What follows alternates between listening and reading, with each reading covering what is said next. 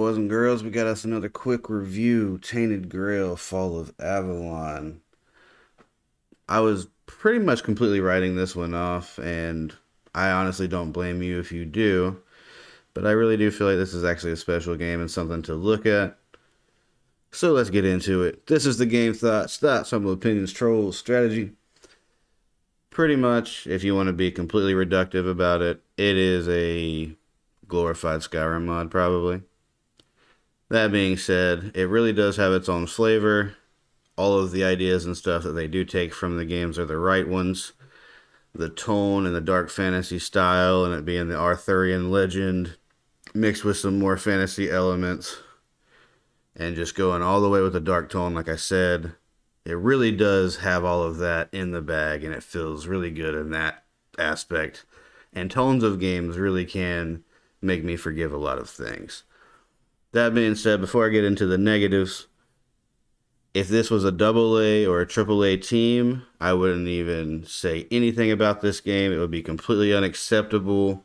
And as far as a console port goes, this is really rough on the controller. It doesn't have a lot of the response that you would look for vibration and kinetic energy. And if you're a mouse and keyboard player and you never really play on controller, you might not understand this, but there is a certain feel, especially when you play with vibration and the just the way that stuff moves and reacts. There's just a timing to it that you really can't get in this one because it feels off on that aspect. You don't always connect how you're supposed to. Some of the magic and the hit detection is really off. So, we are talking about the console version. Thing is, with all the negatives I'm going to get into, I do think it's something worth playing. Bad hit detection, sound goes out a lot, magic is kind of finicky on if it does any damage or not. The blocking and the melee mechanics, while they feel good when they work, a lot of times I feel like I'm taking a lot of damage anyway. I'm still very early in the game. I've only put about 10 hours into it. I think I'm level 7 or 8. There's a lot of jankiness, and if you use your summons and stuff, there's a lot of them just popping up in front of you, spinning around in circles, not knowing who to attack. There's a lot of enemies walking into walls and not knowing where to go. You know, the voiceover and all that is pretty good, but none of the lip syncing is up to par. So, like, all of the things that I would absolutely just turn a game off for if it was a better studio, or better is not the right word, but one with more money or more resources. The fact that this is an indie game is really what makes it stand out to me and what makes it worth talking about. Because in certain ways, it actually does some things and feels better than the new Oblivion remastered when it's running well. But it doesn't run very well most of the time for this port.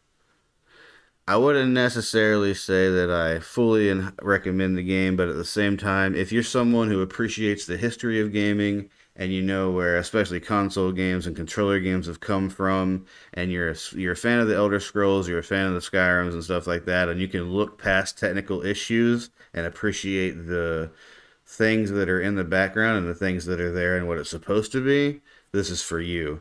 If you're one of the new age gamers that needs that constant, everything blowing up, everything smooth, everything fast, just stay away from it. We don't need your negativity ruining this game, because I could see this team moving on if they make enough money with this and get enough resources. I could see them being able to make something truly great for their next entry. But this is rough, and even me learning the controls and stuff, even that, like, it does not respond the way you think. The spacing and timing is super weird sometimes. And I have to admit that I am frustrated with it, and it is super clunky most of the time when I'm playing it. But then there's that little thing that I am interested in, the tone and everything is right, and it is the style that I want. So I really just thought, why not take the time out? I really like to support, one, when a studio is making its first game. But two, I like to support small studios that are punching above their weight class, and I really feel like this game is doing that with all of that said. At the end of the day, it's going to be a long time until we get the new Elder Scrolls. Nobody else does open worlds like this, and honestly, if you're on the PC, I really think a lot of the issues that I'm having probably won't be there as much. And it's things you don't care about anyway because you're used to mouse and keyboard controls. So there's that too. Now you could be one of the weirdos that uses mouse and keyboard on a console, and if you do that, gross. But enjoy. It's probably the better way to play this one if they have that integrated. What I will say is it might be a little bit janky, but they also do have a photo mode, which I was impressed by. We don't even have a new photo mode on the Oblivion game, which is kind of a travesty. But overall, not a bad experience, not a polished experience. Old school gamers into RPGs, I'd say get on it. I really do like the way that they integrate you into the game. You have a few different things. You choose a backstory, but you start out in a prison, and based on what you say, you get different stats. I think it's just a cool idea. Instead of just giving you one backstory that you can go by for 5 different things, you can kind of pick and tweak what you want to get, and that bases your starting stats out a little bit. Now, another cool thing I can say about it that I really appreciate, and not enough RPGs do it anymore, is I can spec out and make my character however I want them to be. The jack of all trades thing is working so far. I'm using magic, I'm using swords, I'm using bows and arrows. Everything, when it works, does feel decent. Archery is pretty much like Skyrim's, but a shittier version.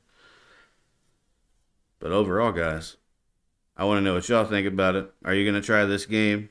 Let me know.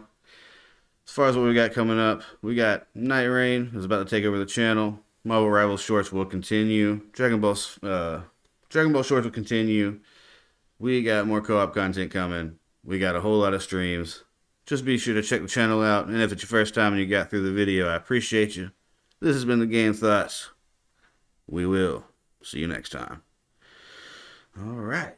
Hopefully this team can succeed, and hopefully they'll get enough money to give us some patches, because if they can patch some of these things out and iron it out for the console version, this could be a truly gay game. A truly great game. Later, people.